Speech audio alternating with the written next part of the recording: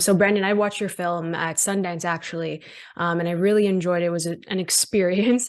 You experimented with the visual language of the film quite a bit, which made it really exciting to watch. So were there any scenes in particular that were difficult to shoot but turned out better than you had hoped for?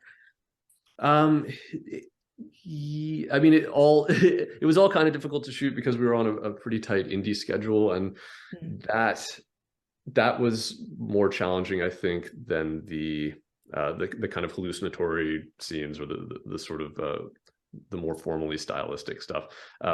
That's that stuff was fun, but a lot of it is done taking material and rephotographing it, and so it's a bit more leisurely, whereas the main shoot was a bit hectic. I think to Mm. me the hardest sequence was probably the home invasion. We had 1 day to do that whole sequence, and it's probably 2.5 days of shooting if we were able to take our time. But yeah, I'm really happy with how it turned out.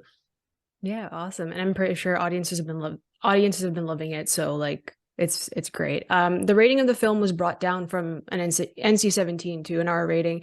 So what was the process like for you to make those changes to kind of fit those guidelines? Uh, it's it's a process that very directly involves the MPA because uh, you send a film to them. They tell you that this would be NC-17. You say, okay, give us some feedback. You work with an MPA consultant. Actually, Neon has an MPA consultant who I worked with, who sort of interprets their feedback for you in a way that's hopefully a little bit more specific and practical. And then you just go back and forth. In our case, we tried to appeal at one point, so I actually had to fly to LA and go to Sherman Oaks to the MPA headquarters, and it's like it's like putting your film on trial a little bit. Um, they have a room full of people. Apparently, there's a priest there. That's part of their their requirements. And you screen the film and you sort of make a case for why this should be R.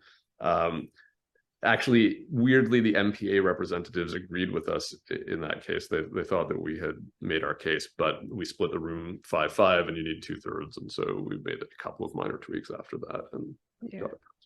The next question I have is how do you feel about the surge of love for horror in recent years? And has the genre changed at all, if you think? I, I'm not sure if it's gone away necessarily. I don't know. It's I feel like there's always a market for horror, like from Mm. from a film industry perspective. Certainly, a lot of my friends are horror fans, and so maybe my perspective is skewed. It doesn't seem like anyone has lost a love for the genre. Mm. Um, I don't know. It's interesting. There's this move now in the industry to embrace some pretty arty, intriguing horror, and coming out of Neon and the A24 thing. That I don't know if it's just because a market has been carved out, and now there's uh, more interest in making films like that. I'm not sure, but I don't think that those films are new. I think there's always been arty horror, and there's always been this love for horror films. I think we're in a pretty interesting place right now because there's a lot of visibility both with the more mainstream horror and Mm. this kind of stuff. But I don't know that it's necessarily a completely new thing, or that those kinds of films stopped being made at any point. For your future projects, would you ever get into any other genre and like try something new? You're fantastic at horror. I'm just, interested if you would do something else and try something else, maybe if you wanted to.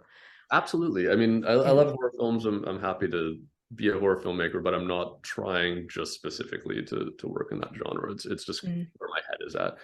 Um, I'm happy to, yeah, happy to work outside it. I'm just kind of taking these projects one at a time and following my interests. I do have one of the things I'm working on is a an adaptation of a book called Super Can as a limited series, and that's more of a kind of detective, a weird detective story in a way.